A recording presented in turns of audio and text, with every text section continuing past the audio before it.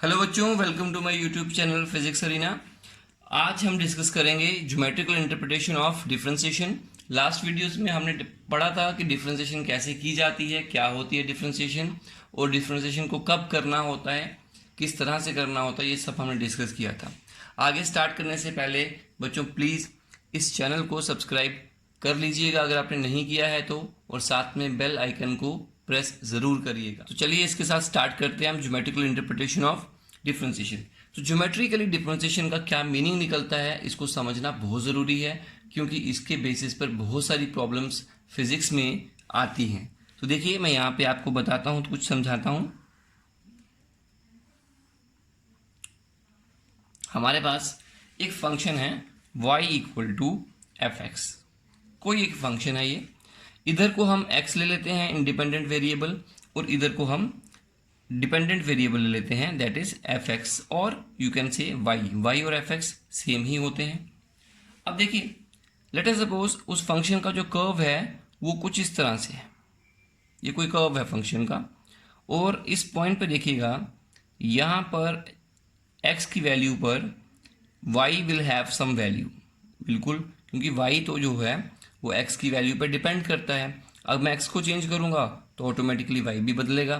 तो मान लीजिए मैं x को बदलता हूँ और यहाँ तक बदलता हूँ, तो ये जो चेंज है आपकी x कितना हो चुका है, x plus delta x. Small change लाता हूँ x में, ये जो डेल्टा x है इसे हम क्या कहते हैं, it is a small change in the value of x। तो देखिए यहाँ से अब देखिए इस पर जो है y की वैल्यू भी आपकी बदल चुकी है। तो y कितना बदला, उसमें भी स्मॉल चेंज आएगा। अगर x में स्मॉल चेंज किया तो y में भी स्मॉल चेंज आया। तो ये जो डिस्टेंस है, ये जो बढ़ाया हमने, it is delta x। Okay, अब देखिए फिर उसके बाद ये जो डिस्टेंस है ये भी डेल्टा y होगा, बिल्कुल सही है। अब अगर मैं क्या करूं, अगर मैं इस डेल्टा x को बहुत स्मॉल कर दूं, if delta x approaches to zero, इसका मतलब होता है डेल्टा x को इक्वल टू ज़ीरो मत लिखो, डेल्टा x को ज़ीरो के नज़दीक ले जाओ, मतलब इस चेंज को बहुत ज़्यादा स्मॉल कर दीजिए। अगर हम इस चेंज को बहुत ज़्यादा स्मॉल कर देंगे तो बच्चों सिचुएशन कुछ इस तरह से होगी कि यहाँ पे ये बहुत छोटा हो जाएगा। तो मान लीजिए यहाँ पे इस तरह से आ जाएगा। तो देखिए ये जो लाइन है वो यहाँ से यहाँ पर आ गई। अब तो ये जो डिस्टेंस है इसको अब हम क्या करेंगे, स्मॉल डिस्टेंस को इसको कहेंगे dx। ठीक, ये हमारा बन गया dx। इधर से भी ये dx बना, इधर से यहाँ से ये भी dx बना, तो ये भी dx बना, स्मॉल चेंज, ये भी स्मॉल चेंज। तो स्मॉल चेंज को लिखा डेल्टा x, तो वेरी वेरी स्मॉल चेंज को लिखा dx। अब देखिए यहाँ पे एक ट्राइंगल बनेगी इस तरह से, ये देखिए, इसको मैं जूम करके आपको बता सकता हूँ। ये ट्राइंगल कुछ इस तरह से होगी, लाइक दिस, इस तरह से ट्राइंगल होगी। और ये जो चेंज है ये वाला, इसे कहेंगे dx, और ये जो ऊपर वाला वर्टिकल है इसको कहेंगे dy, ऑब्वियसली। और देखिए अगर हम यहाँ पे ये स्मॉल इतने हैं, इतने, वैसे तो ये लाइन जो है कर्व है, लेकिन ये dx और dy इतने स्मॉल है कि आपको ये लाइन जो है वो एक तरह की स्ट्रेट लाइन दिखेगी। ओके, अब आप क्या करें, अगर आप किसी भी पॉइंट पर एक टेंजेंट ड्रॉ करें तो टेंजेंट वो होता है जो उस लाइन को, उस कर्व को एक पॉइंट पर टच करे और स्ट्रेट ऐसे निकले। This is a tangent to the curve at a location. तो ये टेंजेंट जो है वो एक्स एक्सिस को क्रॉस करेगा, और ये जो है उसे थीटा कहा जाता है। अब बच्चों देखिए एक तरह से ये लाइन जो है वो टेंजेंट को रिप्रेजेंट कर रही है, बिल्कुल, ये देखिए इसको, और ये dx है और ये dy है। तो आप कह सकते हैं कि इसमें अगर हमें ये थीटा है, ये एंगल अगर थीटा है, तो ये जो छोटा सा एंगल यहाँ पे बनेगा वो भी थीटा होगा, क्योंकि ये कौन से एंगल होते हैं, कॉरेस्पॉन्डिंग। तो this angle will be theta. मैं इसको ट्राइंगल को जूम करके यहाँ पे बता रहा हूँ। अब देखिए ये थीटा, तो यहाँ पर tan थीटा किसके बराबर आएगा, तो tan theta will be equal to dy upon dx। कहने का मतलब परपेंडिकुलर अपॉन बेस। अब ये परपेंडिकुलर जो है वो dy होगा, तो हमने इसलिए dy लिखा, परपेंडिकुलर अपॉन बेस लिख दिया इस ट्राइंगल से, बिल्कुल सही। अब बच्चों एक बात और समझाना चाहता हूँ, किसी भी लाइन का स्लोप क्या होता है? स्लोप ऑफ अ टेंजेंट, किसी भी टेंजेंट मतलब हो गया कोई स्ट्रेट लाइन, उसका स्लोप क्या होता है? तो मैं आपको थोड़ा स्लोप के बारे में समझा देता हूँ एक बार, फिर हम वापस इस पे आएंगे इसका मीनिंग निकालने के लिए। देखिए यहाँ पर मैं एक कोऑर्डिनेट सिस्टम बना लेता हूँ, this is x axis, this is y axis, you know. अब इस एक्स और वाई एक्सिस पे अगर मैं कोई लाइन को ड्रॉ करता हूँ, मान लो इस तरह से एक पैरेलल लाइन ड्रॉ कर देता हूँ, मुझे बताइए इसकी स्लोप कितनी होगी? ये हॉरिजॉन्टल लाइन है एक्स एक्सिस वाली, तो ऑब्वियसली सब देख के कहेंगे स्लोप इसकी जीरो होनी चाहिए सर, बिल्कुल जीरो होनी चाहिए, क्योंकि इसमें से ढलान तो है नहीं। स्लोप माने तो ढलान, जैसे आप जानते हैं स्लोप क्या होती है, वही मीनिंग निकालिए इंग्लिश वाला। तो ये इसका स्लोप जीरो होगा। स्लोप निकाला कैसे जाता है? कोई भी लाइन, अगर ये देखिए ये लाइन है एक, इस लाइन में कुछ स्लोप है, बिल्कुल है। अगर आप यहाँ पे खड़े हो जाएंगे तो भाई स्लिप करके नीचे आएंगे, इसका स्लोप है। इसका स्लोप कैसे निकाला जाता है? तो कहेंगे इसका एंगल देखिए एक्स एक्सिस के साथ में एंटी क्लॉकवाइज, मतलब इधर से एंगल देखना है हमेशा। इस एंगल का tan थीटा कैलकुलेट करो, दैट इज इक्वल टू कुछ भी होगा, दैट इज कॉल्ड स्लोप। तो उस टेंजेंट का tan थीटा आपको स्लोप बताएगा। तो बहुत अच्छा हो गया। अब देखो अगर ये लाइन ऐसी है तो ये कितना एंगल बना रही है एक्स एक्सिस के साथ में? 0 डिग्री। तो हम लिखेंगे स्लोप जो है इस लाइन की वो कितनी होगी? That is equal to tan 0 degree equal to 0। Obviously अगर कोई लाइन इस तरह से होगी परपेंडिकुलर, तो इस समय एंगल कितना है? 90। तो इसकी स्लोप कितनी होगी? इसकी स्लोप भी होगी tan 90 degree, that is equal to not defined infinite, तो इसकी इनफाइनाइट होगी ऑब्वियसली। तो बहुत ज़्यादा स्लोप हो गई इसकी, भाई बिल्कुल सही है। अगर कोई लाइन है और वो 45 डिग्री का एंगल बना रही है तो उसकी स्लोप कितनी होगी? तो स्लोप कहेंगे tan 45 that is equal to 1 होगी। मतलब पैरेलल है तो 0, अगर 45 पे है तो 1 स्लोप है, और अगर 90 डिग्री पे है तो ये स्लोप आपकी इनफाइनाइट आ गई। और इसके अलावा अगर आपकी कोई लाइन इस तरह से है ऑब्ट्यूज एंगल, तो आपकी स्लोप एंगल के tan एंगल के हिसाब से होगी, और आप जानते हैं कि इसका वैल्यू जो है वो हमेशा नेगेटिव आएगा। तो याद रखो स्लोप इस तरह से है तो पॉजिटिव स्लोप होगी, स्ट्रेट है तो इनफाइनाइट होगी, और अगर इससे भी ऑब्ट्यूज एंगल बना रही है एक्सिस के साथ में तो स्लोप कैसी होगी? नेगेटिव होगी। वैल्यू एंगल पर डिपेंड करता है कि एंगल कितना है, उसका tan लीजिए और स्लोप निकल आएगा। चलिए वापस आते हैं। अब देखिए हमारा जो क्वेश्चन था उसमें हम वापस आते हैं। देखिए इस टेंजेंट का स्लोप कितना होगा? तो स्लोप जो होगा वो होगा सिंस, मैं लिखूंगा यहाँ पे, since slope of tangent is equal to tan of theta, obviously. तो इसका मतलब क्या हुआ कि slope equal to tan theta and tan theta equal to dy upon dx। अब dy अपॉन dx क्या होता है? डिफ्रेंसिएशन। तो मतलब dy अपॉन dx किसके बराबर हुआ? स्लोप के बराबर। तो इसका मीनिंग ये निकलता है कि किसी भी एक पॉइंट पे, क्योंकि जब हम इसको इतना छोटा बना देंगे तो एक पॉइंट पे ही आ जाएंगे, तो उस पॉइंट पे जो टेंजेंट है उसका स्लोप जानने के लिए हम डिफ्रेंसिएशन कर सकते हैं। तो डिफ्रेंसिएशन करेंगे तो ज्योमेट्रिकली हमें उस पॉइंट पर उस कर्व के टेंजेंट का स्लोप मिलेगा। तो हमें डिफ्रेंसिएशन ज्योमेट्रिकली क्या रिप्रेजेंट करके बताता है? स्लोप। तो याद रखो slope of curve is equal to dy upon dx, मतलब उसका डिफ्रेंसिएशन। तो ज्योमेट्रिकली डिफ्रेंसिएशन हमें कर्व की स्लोप बताती है किसी भी पॉइंट के ऊपर, ये बात को याद रखिएगा। यहीं से हम कुछ और बातों को भी कंक्लूड कर सकते हैं। चलिए देखते हैं।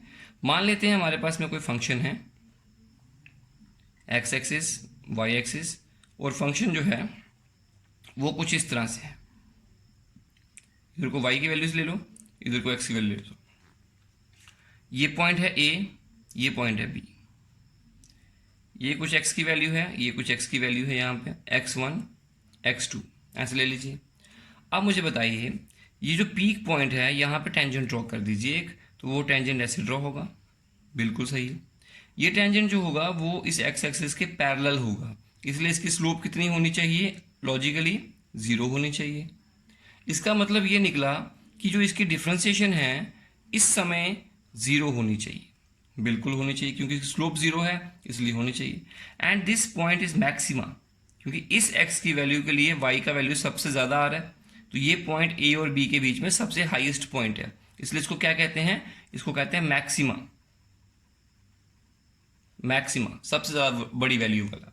तो at maxima dy upon d x equal to 0, ये लाइन आप याद रखिएगा। तो ऐसे भी कह सकते हैं कि अगर dy अपॉन डी एक्स 0 है तो मतलब वो पॉइंट कौन है, मैक्सिमा। जिस पॉइंट पर कर्व की डिफ्रेंसिएशन 0 हो जाए वो मैक्सिमा हो जाएगा। तो अभी भी कंक्लूजन पे मत पहुंचिएगा, पर हाँ ये जरूर कह सकते हैं कि मैक्सिमा जहां होगा वहां डिफ्रेंसिएशन 0 ही आएगी। तो आप ऐसे करके कैलकुलेट कर सकते हैं। दूसरी चीज़ मैं आपको फिर से एक बार बताता हूँ। देखिए एक्स वाई फंक्शन ले लीजिए और फंक्शन कुछ इस तरह से है बी ए, और देखिए बी और ए के बीच में सबसे लोएस्ट पॉइंट ये है। यहाँ पे भी टेंजेंट ड्रॉ करोगे तो कैसा ड्रॉ होगा, स्ट्रेट लाइन। इसका भी स्लोप कितना होगा, 0, मतलब इसका भी डिफरेंशिएशन इस पॉइंट पे कितना होगा, 0। तो मतलब ये सबसे लोएस्ट पॉइंट है, इसको क्या बोलते हैं, इसको बोलते हैं मिनिमा। तो at minima differentiation is again 0, बिल्कुल सही है। तो कहीं अगर मिनिमा है वहाँ पे भी डिफरेंशिएशन 0 आती है, और कहीं अगर मैक्सिमा है तो भी वहाँ पे डिफरेंशिएशन 0 आती है। तो बच्चों बात ऐसी है यहाँ पर कि अगर मिनिमा है तो डिफरेंशिएशन 0, अगर मैक्सिमा है तो भी डिफरेंशिएशन 0। बट अगर डिफरेंशिएशन किसी पॉइंट पे 0 है तो आप श्योर नहीं हो सकते कि वो मैक्सिमा है या मिनिमा है, मतलब यू विल गेट कन्फ्यूज्ड। तो दोनों जगह पे देखिए dy अपॉन डी एक्स 0 हो रहा है। क्यों हो रहा है, क्योंकि dy upon d x actually graphically हमें स्लोप बताता है कर्व की उस पॉइंट के ऊपर, और मैक्सिमम और मिनिमा पे स्लोप 0 होती है, इसलिए डिफरेंशिएशन का वैल्यू भी उन पॉइंट्स पर 0 आता है। इसको हम बहुत बार प्रॉब्लम्स को सॉल्व करने के लिए यूज़ करेंगे।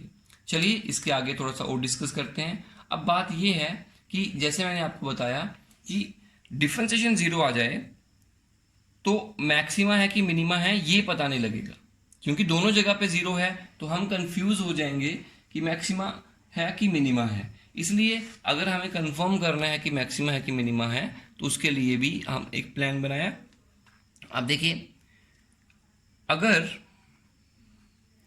Double derivative d2y upon d2x square, मतलब एक बार डिफरेंशिएशन करने के बाद दोबारा करो उसको, अगर वो लेस देन 0 आता है तो फिर वो मैक्सिमा है, और अगर d2y upon d2x greater than 0 आता है तो मतलब वो मिनिमा है। कंफर्म करने के लिए मैक्सिमा की मिनिमा है ये कंडीशन लगाई जाती है। फिर से सुनिए एक बार, आपको मान लीजिए किसी पॉइंट पर पूछा गया कि मैक्सिमा है कि मिनिमा है, आपने डेरिवेटिव लिया और डेरिवेटिव एक बार किया डिफरेंशिएशन किसी फंक्शन को और आपका आंसर आया 0। आपने कहा सर डिफरेंशिएशन 0 है, ईदर इट इज मैक्सिमा और इट इज मिनिमा। फिर आपसे पूछा गया कि कंफर्म करो कि मैक्सिमा है कि मिनिमा है, दोनों में से एक कंफर्म करो। उसके बाद आप क्या करेंगे, जो आपने डेरिवेटिव लिया, एक बार आपने फंक्शन का डिफरेंशिएशन किया, उसको दोबारा डिफरेंशिएशन करो 2 बार, उसे बोलते हैं डबल डेरिवेटिव। इवन आप तीसरी बार भी कर सकते हो तो उसे बोलते हैं ट्रिपल डेरिवेटिव। तो दूसरी बार डिफरेंशिएशन करो, जब दूसरी बार डिफरेंशिएशन करेंगे तो उसका जो आंसर आएगा अगर वो लेस देन 0 आया तो मैक्सिमा होगा, और अगर ग्रेटर देन 0 आया तो मिनिमा होगा। तो इस तरीके से हम ये पता करते हैं कि मैक्सिमा होगा कि मिनिमा होगा। एक छोटी सी एग्जांपल लेकर मैं आपको समझा देता हूँ कि डबल डेरिवेटिव कैसे किया जाता है। तो बच्चों मान लीजिए जैसे एक हमें इक्वेशन दी गई है 3t cube plus 4t square plus t। मान लीजिए ये हमें दी गई है डिस्प्लेसमेंट और हमें निकालनी है वेलोसिटी। तो बच्चों वेलोसिटी कैसे निकालोगे, you know velocity is equal to rate of change of displacement with respect to time. तो आप इसका डिफ्रेंशिएशन कर दीजिए, तो d upon d t of 3t square plus 4t it's cube actually t square plus t। तो बच्चों यहाँ से क्या आएगा वैल्यू, इसका आएगा 9t square plus 8t plus 1। तो this is ds upon dt। तो basically it is what, it is velocity. अब हमें निकालनी है एक्सेलरेशन। एक्सेलरेशन कैसे निकाली जाती है, वो होती है dv upon dt, rate of change of velocity with respect to time. और v का वैल्यू क्या है, d upon d t of, देखिए ds अपॉन डी टी, मैंने v का वैल्यू यहाँ पे पुट कर दिया। अब देखो क्या आएगा, d into d, d square, d t एक ही टर्म होती है, d t into d t square of s, इसे बोलते हैं डबल डेरिवेटिव। अब फिर से डिफ्रेंसिएशन करो एस का, मैं डबल डेरिवेटिव करो तो मतलब ये value D S upon d T का वैल्यू लगाना था, ये लगाना था, तो ये आएगा डी, इसका लगाइए आप लोग, तो इसका आएगा 18t, इसका आएगा 18t, इसका आएगा 8 और इसका आएगा 1 का 0 आएगा। तो आपके पास एक्सेलरेशन कितनी आ गई, एक्सेलरेशन बोलिए d two s upon d t square equal to 18t plus 8। तो बच्चों acceleration is the double derivative of displacement and velocity is the single derivative of displacement. ठीक है, तो इस तरह से डबल डेरिवेटिव को निकाला जा सकता है। आप फिर से इसको डेरिवेटिव कर सकते हो बच्चों, मान लीजिए मैं इसका ट्रिपल डेरिवेटिव ले सकता हूँ, तो d3 अपॉन डी, मतलब ऐसा लिख सकता हूँ d upon d t of d2s upon d t square, और इसका वैल्यू क्या आएगा, इसका आएगा, इसको हम फिर से लिखते हैं d3s upon d T cube, तीसरी बार कर दो, इसका आएगा 18 और इसका आएगा 0। तो देखिए आप एक फंक्शन को नंबर ऑफ n टाइम्स भी डिफरेंशिएशन कर सकते हैं, तो इसलिए उसको कह सकते हैं कि first derivative, second derivative, third derivative, nth derivative, आप कितने भी डेरिवेटिव ले सकते हैं उसके। तो इस तरह से हम डेरिवेटिव को मल्टीपल टाइम ले सकते हैं। यहाँ से एक बात ज़रूर याद रखिएगा कि acceleration is the double derivative of displacement and velocity is the single derivative of displacement.